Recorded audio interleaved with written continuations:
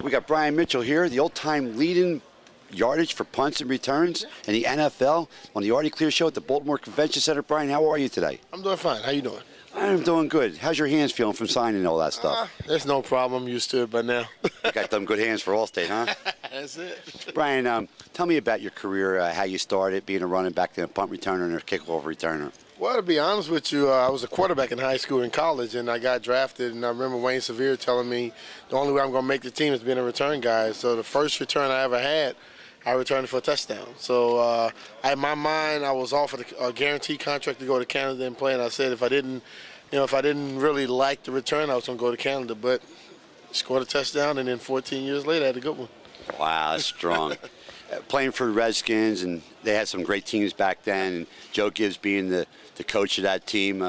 How'd you like playing for the Redskins, and what do you think about Joe Gibbs? Well, I love playing. You know, my dream all my life was to play in the NFL. You know, you sit down as a little kid watching the guys do it, and gotten that opportunity to do it myself. And, you know, Joe to me, he's the best coach I've ever had. You know, he basically told me the first year he'll give me a year to learn the position, and then I had to compete for a job. I think he was like very fair. Was the type not every coach has to yell to get his point across. Very well respected, and I think he was a genius when it came down to adjustments. You know, at halftime, we could have a first half where we're not doing anything. He'll go in at halftime, and he'll just say, look, forget about the playbook. We're running these 3 plays or these 4 plays. The plays that will work, he'll stick to them until the team can stop him, which they never did. You know, and I think he was just a genius. He was one of the best out there. Joe Gibbs, who won 3 Super Bowls with 3 different quarterbacks, never happened before. 3 different running backs also. And you were one of them? Well, it was Riggins, and then Smith came in the other one, and then you had Ernest Bond and Gerald Riggs. So basically, but they had different backs and different quarterbacks every time they won the Super Bowl. Now, you were more of a third down back. Yes. And more of a punt returner, kickoff returner, getting great field position for your team, whoever you're playing for. Trying to help them out. And that's really important to get that good field position. It's easier to score a touchdown at the 40-yard line than it would be at the 10-yard line. And getting that good field position is basically was your forte, and being a third down back. So now you're done with Washington. Here you come to Philadelphia, who have, in my personal opinion, the greatest fans of all time are in Philadelphia. That's a personal opinion, non-biased, sure it's not. But playing for the Philadelphia Eagles, what was that experience like, Brian? It was great. You know, when I first was called, David Culley, who's the receivers coach there now, was my quarterback coach in college. David recruited me out of high school. So when he called me and told me the Eagles were interested, I just told him, I said, you know, let me know. Is this a good fit for me? He said, yes, I think it would be. So I came up there on a little visit, but I already knew I was going to come because I believe in what David tells me. You know, he's like a dad to me, basically. So had an opportunity to go. I was a little scared because the Eagles fans didn't like me when I was with the Redskins at all. But once I got there, you know, I remember this older lady told me once, she said, if you do what you did against us for us, you'll be okay. And I went on the field, and I tried to give my all. You know, I know one thing about that. People try to say what they want about the fans. Those fans are very knowledgeable. And if you go up there with expectation or with certain type of, you know, press or whatever you're supposed to be, if you try and you live up to it, they're going to respect you. But if you go up there and you don't do anything, they will let you know about it. I see that as the way a fan should be. You have a right. You know, you support the team, you spend your money. You should hold the players accountable. I don't see anything wrong with it. For me, I know the Philadelphia fans, they're not fair weather fans.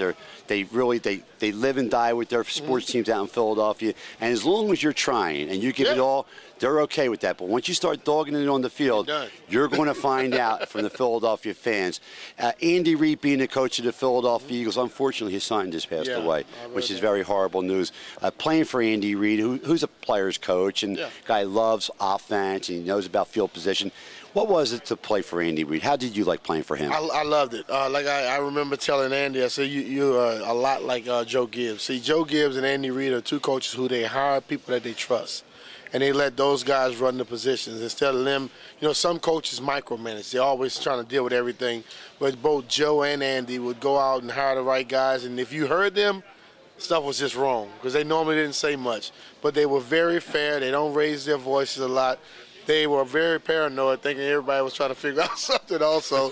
Both of them were that way. Andy always thought somebody was in the trees. Joe Gibbs always thought the people flying across. It's somebody flying in the airplane. They trying to see what we're doing. But, both guys were very, very good at their job. Like you said, their players loved them. I think, and Andy Reid, one thing about him, he's loyal. He's very loyal to his players, and he's going to make sure they have every opportunity to win, and he supports them, sometimes to a fault. Yes, that's true, Yeah. and because he's a player man. Now, this year, the Philadelphia Eagles, it was 8-8 last year. They're looking for Bear. They want to win. Healthy Michael Vick. They helped themselves on defense in the draft. What do you think might happen with the Philadelphia Eagles this year? I think they got a really super good offense, and if Vick could stay healthy, along with McCoy and the receivers, I think they have an excellent shot to go to the playoffs. Well, I think so, and I think when you look at them last year, they started off and had those losses, too many turnovers. If they just take care of the ball last year, they would have been a much better team. But late in the season, I think they were playing as good as anybody out there. You look at what the Giants did. The Eagles were that team, and they just missed it. If they would have gotten into the playoff, I don't think anybody really wanted to see them. That wide nine technique took them some time to really catch on to the defense, but offensively they gave the ball up too much. You can't turn the football over that much. I don't care who you play in the NFL.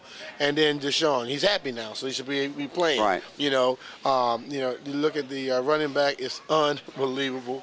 But I think if they go out there, they take care of the football and keep playing, just keep progressing, they're going to be okay. One thing about the Eagles, if you look over the time since Andy has been there, they don't stay down long. No, they don't. He gets them right back into it. I think he's an excellent coach. He's in the last year's contract, so if the Eagles can get to the playoffs and maybe to the Super Bowl, they'll renew his contract. But if they don't get to the playoffs or someone gets hurt, like Vick is the key to the team. If he gets hurt, they're in a lot of trouble. The defense. Well, he has to really. He's been saying he's going to try and get down. He needs to do it. One thing about a quarterback, like I kind of related to, and when you're in college and you're lifting weights, you're trying to get as strong as you can, as fast as you can. You have to impress the pros so you can get there. But once you get into the pros, you want to be able to do stuff to maintain over a long time. As a quarterback in the NFL, yes, you have that ability. But if you're trying to get 1 or 2 extra yards and you risk the chance of being out for 4, 5, 6 games, it's not worth it. Your job is to make sure you show up every game for your team. So he needs to learn to just get down now. I understand. I was that guy. I was a quarterback in college. When you have the ability to make the big play, you always want to do it. But hurt Michael Vick does no good for the Philadelphia Eagles. A healthy Michael Vick gives them every chance in the world to go out and beat anybody out there. My thing on Michael Vick is like this. I think because the way the Philadelphia fans are, that he wanted to prove that he was blood and guts and he was going to go that extra yard and prove it out to the fans, like, I'm here, I'm going to try my best to a fault. If he just go out and win, they won't care about that. Right, they'll support him. They won't care about that.